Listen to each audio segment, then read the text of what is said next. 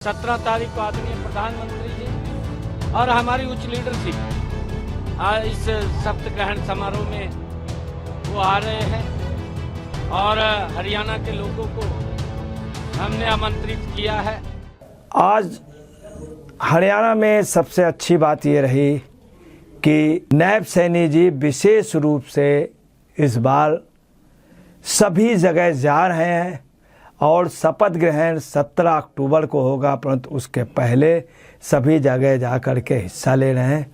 दशहरे के शुभ अवसर पर अभी वो कुरुक्षेत्र आए और कुरुक्षेत्र में यहाँ पर आ कर के जिस तरह से उन्होंने आम जनता का मन मोह लिया, पूरा कुरुक्षेत्रवासी आप समझ लीजिए ये महसूस कर रहा कि जैसे वास्तव में इस समय का जैसे रावण की विजय हुई हो लंका में और हमारी विजय हुई हो। और उनका कुरुक्षेत्र का कहना है कि यहाँ की 2 विजय याद रखी जा, 3 विजय, एक त्रेता युग में राम की विजय लंका में, दूसरा कुरुक्षेत्र में कृष्ण की विजय, पांडवों की विजय और तीसरी ये विजय। 3 विजय इतिहास में लिखी जाएंगी, ये वहाँ के आवाम ने कहा। विजयदशमी के इस पवित्र पर्व पर हरियाणा प्रदेश वासियों को, देशवासियों को बहुत बहुत बधाई और शुभकामनाएं देता हूं। ये हमारे पर्व, ये हमारी संस्कृति, हमारे संस्कारों और हम सब आपस में मिलकर के प्रेम भाव से अपने महापर्वों को मनाते हैं। यही हमारी संस्कृति, हमारे संस्कार हैं। मैं इस शुभ अवसर के ऊपर हरियाणा प्रदेश के उज्जवल भविष्य की और लोगों के उच्च स्वास्थ्य की कामना करता हूं कि भगवान श्री राम बहुत सारी खुशियां और उनके उज्जवल भविष्य की कामना मैं करते हुए प्रार्थना करता हूं कि हमारा हरियाणा प्रदेश विकास की नई नई ऊंचाइयों को छुए, ऐसी मैं भगवान श्री राम से प्रार्थना करता हूं।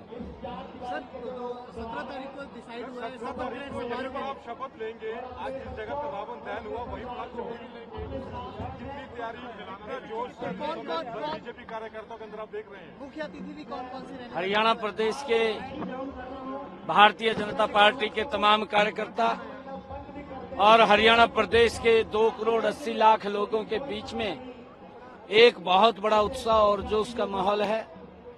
जो भारतीय जनता पार्टी तीसरी बार हरियाणा प्रदेश के अंदर कंटिन्यूटी में बड़े मैंडेट के साथ आई है। आदरणीय प्रधानमंत्री जी का समय मिला है।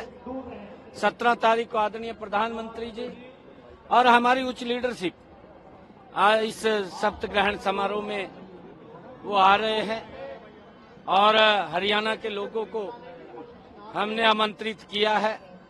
भारी संख्या के अंदर लोग यहाँ पंचकुला में शपथ ग्रहण कार्यक्रम के अंदर पहुंचेंगे। हमारे जो ऑब्जर्वर आएंगे वो ऑब्जर्वर हमारे विधायकों से, जो पार्लियामेंट्री बोर्ड तय करेगा कौन विधायक दल का नेता होगा, किसको हमारे विधायक दल का नेता चुनेंगे और शपथ ग्रहण होगा। बैठक कब होगी सर? जल्दी ही होगी। मैंने कहा 17 तारीख को, मंत्रिमंडल 17 तारीख को शपथ ग्रहण है और हमारे मंत्री भी उसमें शपथ लेंगे। अमित शाह तो पहले कह चुके थे पंचकुला की रैली में कि नायब सैनी हमारे तीसरी बार के मुख्यमंत्री होंगे। देखिए, वो हमारे आदरणीय अमित शाह जी ने पार्टी के एक चेहरे को आगे रख करके ये निर्णय किया था। हमारे विधायक दल नेता को चुनेंगे, उसके बाद ये सब प्रक्रिया चलेगी। कितने शपथ लेंगे सर? ये बिल्कुल आपको बताएंगे।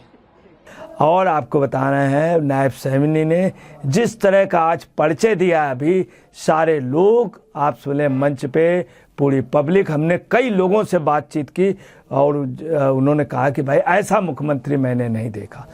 नायब सैनी ने स्पष्ट रूप से कहा 2 करोड़ 80 लाख लोगों का हम ध्यान रखेंगे, हमारी ये पहली प्रतिबद्धता है। और जब उनसे कहा गया कि आप मुख्यमंत्री, बोले नहीं अभी मैं मुख्यमंत्री नहीं हूँ।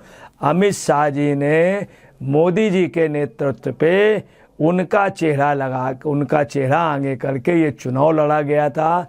मोदी जी के नेतृत्व में ये हम जीते हैं। पूरा हरियाणा जो जीते हैं ये मोदी जी के नेतृत्व तो ये मैं नहीं जीता हूँ। एब्जॉर्बर आएंगे, पार्लियामेंट्री कमेटी जिनको तय करेगी, वो विधायकों से बात करेंगे, विधायक वगैरह अपनी राय लेंगे, फिर पार्लियामेंट कमेटी उस पर विचार करेगी। वो जो डिसाइड करेंगे, जो भी मुख्यमंत्री, उन्होंने कहा कि मैं ऐसा नहीं कि मैं बना जा रहा हूँ या मेरे बल पे जीते हूँ। ये बहुत स्पष्ट बात इतने बड़े व्यक्ति ने कही, सहजता पता चलता है।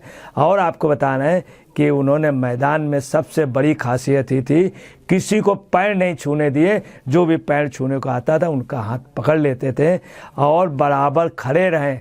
उसके बाद जब उनसे मंच में बैठने को कहा गया, चूँकि मंच के मेन उस पे थे, सामने खड़े होने से नीचे फोटोग्राफरों को, पब्लिक को देखने में परेशानी पड़ रही थी, लोग खड़े थे, तब वो लोगों को हटाया गया, वो बैठे रहे।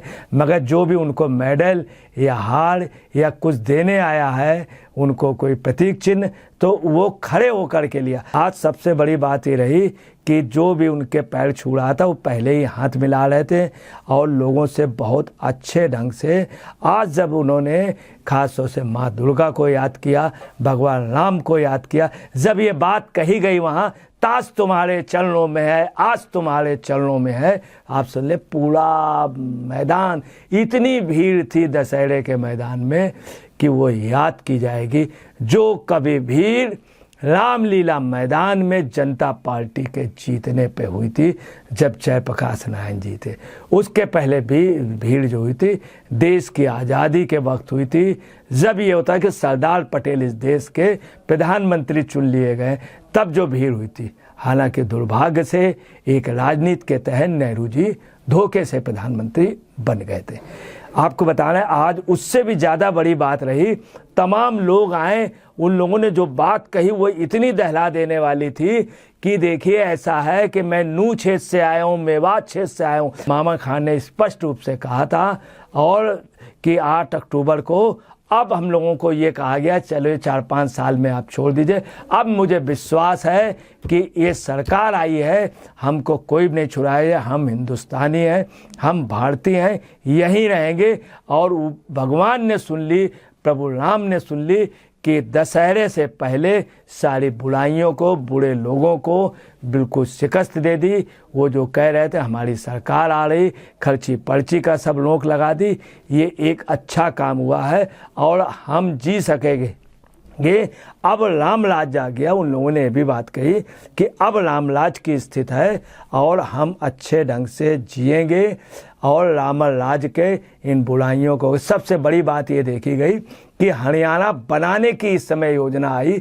लोग ये कहने लगे, उनकी खास तौर से जब उन्होंने दशहरे के अवसर पे कहा कि नई नई ऊंचाइयों, सबका सहयोग, तो ये जनता ने मूड बना लिया कि हम यहाँ पर्यावरण खराब नहीं होने देंगे, अच्छा माहौल रखेंगे और मेरिट पे हम विश्वास करेंगे और साथ में रोजगार के जो अवसर सरकार कराएगी हम उसका पालन करेंगे। मगर मेरिट सिस्टम पे खर्ची पर्ची को स्वीकार नहीं करें। ईमानदारी से, क्यों ना हमारा नंबर थोड़ा लेट आए, मगर विश्वास है कि हम कामयाब होंगे।